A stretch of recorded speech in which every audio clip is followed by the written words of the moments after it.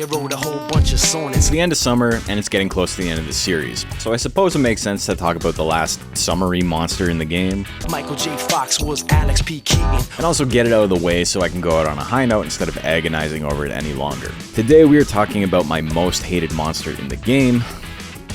Let's get it over with. Bienvenidos. Monstruo cibernetico. Monstruo cibernetico.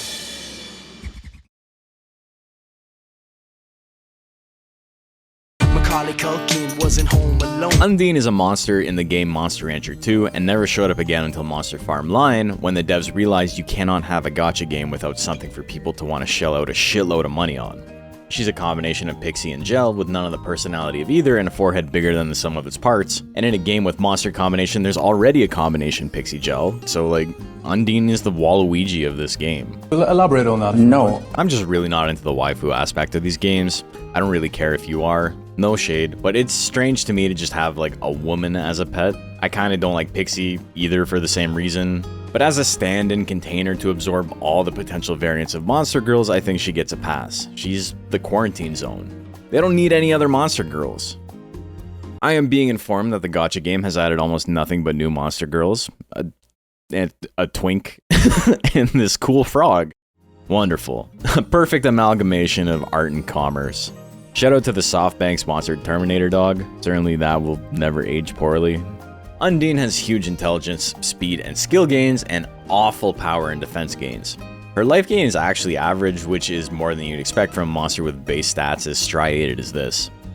She gets a bonus to study, meaning it's extremely easy to max out her intelligence, and the skill and speed make her well designed to easily beat the game with. She has a great guts regen and the rare type 4 life type only shared with Durahan, Joker, Mew, and Duckin. This means that she spends a long period of her lifespan in the best stat gaining stages, which only bolsters her chances to roll through the greatest 4.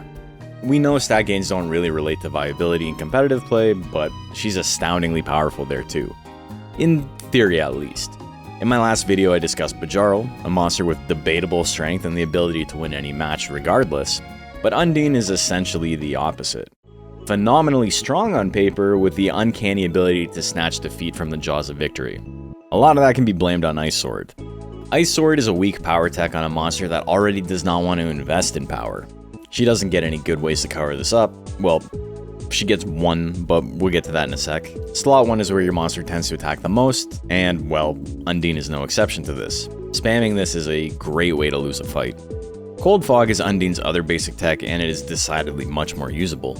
Mainly because it's an intelligence-based attack, but also additionally because it's actually pretty good for its cost. One of the rare basic techs like Suezo's Spit where you can actually rely on it winning you games by itself. Ice Sword chains into Ice Swords. And initially it might seem stupid to get a power tech chain on an intelligence monster, but Ice Swords actually pushes Undine pretty far back on use, which is, well, way better than stuck spamming Ice Sword in slot 1. It counterintuitively ends up being much better than its prerequisite on both power and intelligence builds. Undine's only got 3 more power techs, so let's just slam through those like we're going for a joyride with Rob Zombie. Dolphin Blow is another slot 1 power tech.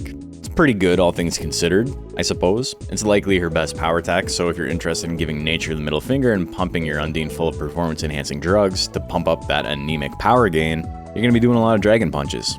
Aqua Whip has one of the lowest force values of any attack in the game. Kinda crazy, honestly. There's very few techs that are more heavily invested into withering above all else.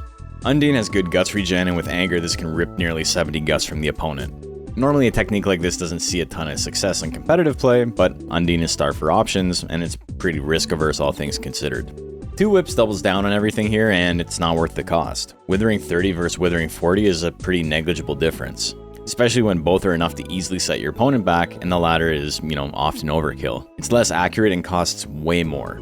It does almost double the damage, but 2 times 0 is 0, so 2 Whips ends up being a cautionary tale about diminishing returns and not much else. If you want Withering, well, Splash has you covered. Unsurprisingly, Undine's intelligence techs tend to be way better. Splash is a more useful take on 2 Whips for a slight discount to Guts cost. It ends up just being a better option in every way, but, it's still not a good technique. Unfortunately though, it's a necessary pickup on most intelligence builds, as it's Undine's only option to cover up Ice Sword if you don't want to get Ice Swords. Aqua Wave is lacking a bit in the damage department, but is one of the most accurate techs in the game. On Undine's Guts rate, this ends up being solid rapid fire chip damage, and a perfect option to secure a KO. Aqua Waves trades a little bit of accuracy for almost double the damage. It's got a significantly upped Guts cost, which stops it from being as spammable, but if you're a risk-averse player, these are both great techs to up Undine's consistency. Undine's Kiss is much different than Pixie's. This is almost like a mini special tech in that it's expensive and does a little bit of everything, but nothing super well. 30 Guts for middling damage is always awkward, but it is exceptionally accurate and also, withers for a good chunk. It's probably not worth the cost to most people, especially since it covers up Cold Fog, which is a similar move at a much lower price point, just, without the withering. Ice Coffin is a huge tank killer with lots of potential that doesn't see a ton of play because it has the dubious honor of arguably being the worst technique available in slot 3 for Undine. It's got good damage and surprisingly high sharpness for a heavy tech, and when people pick it, it's often for the fact that it's pretty cool looking. Cold Geyser has an obscenely high critical hit rate and an obscenely low base damage. It's a pretty unique move that with the bad natured stress bonus it crits 50% of the time and still does no damage 100% of the time.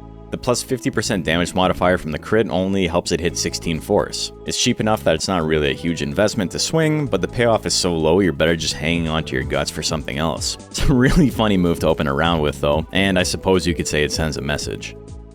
Hailstorm is bigger, but the message it sends is a little bit more unclear. The animation is less of a storm and more like a Looney Tunes gag. This is decently accurate and has 40% chance to crit at max, at which point it hits roughly equal force to guts ratio.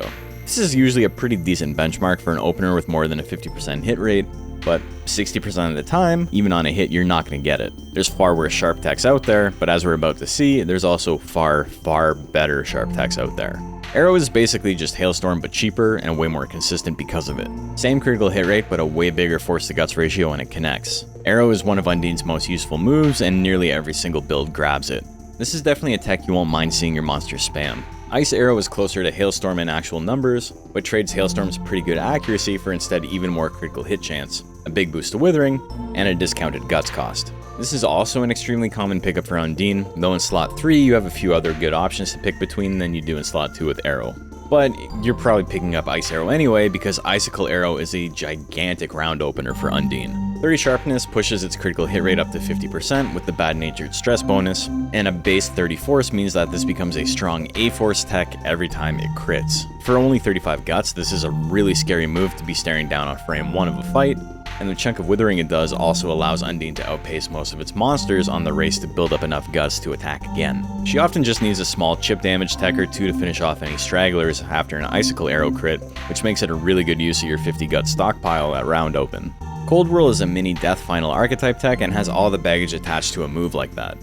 Equal damage and Withering with low accuracy on a 50 guts tech, but the damage and Withering is way below what's available with Death Final to try and balance Undine's guts rate. This ends up being a bit of an overcorrection, and Cold Whirl is pretty rarely seen in competitive play as a result. Cold Storm is like almost exactly the same move as Joker's Death Final for 5 extra guts. This move ends up being much better than its prerequisite because if you're going all in, you should probably actually go all in. Cold Roll is a hard move to come back from if you get hit by it, but Cold Storm almost always just ends the fight immediately. The cost doesn't matter if your opponent can't fight back afterwards. But if big inaccurate nukes aren't your thing, Undine has a few more options. Water Gun is the exact opposite. It's really expensive for how much damage it does, but it does an absurd amount of Withering and has insane accuracy. There are other moves like this in the game, but not a lot of monsters are able to take advantage of the Jack-of-all-trades special tech archetype. Undine's Guts Rate allows us to be a much better control option than it may look like on paper. And Water Cannon is more of the same. It trades incredible accuracy for more damage and a monstrous amount of Withering. In the olden days of competitive, long before the release of DX, the Arrow line was considered Undine's absolute best option. In the hard mode mod, Water Gun and Cannon got very small bumps to their parameters to give her some more build variety and incentivize players to not just play with arrows, but these small increases were enough to skyrocket Undine to one of the most obscenely powerful monsters in the history of the franchise. In the original version of the game, swinging big techs like this, especially if they didn't do damage, felt like lost opportunity cost because before the release of DX, monsters were programmed to never attack with less than 45 guts. As it turns out though, even with these restrictions, a small bump was enough to completely destabilize Undine's power level. They're good moves, is what I'm saying. Sometimes stuff is just overlooked until it's tested, and now we know. And knowing is half the battle. Undine has so many good options. Water Cannon versus Icicle Arrow tends to be the biggest choice players have to make. Some even grab both. The old school build just consists of the arrow line. Aqua Waves can be used along with Cold Storm for a build with big anti-tank potential hedged by some very accurate chip techs. Water Gun and Cannon tend to be the most consistent, but missing Water Gun does feel extremely bad. You're paying a premium to like land the attack in the first place, so when it doesn't connect, it's not nice.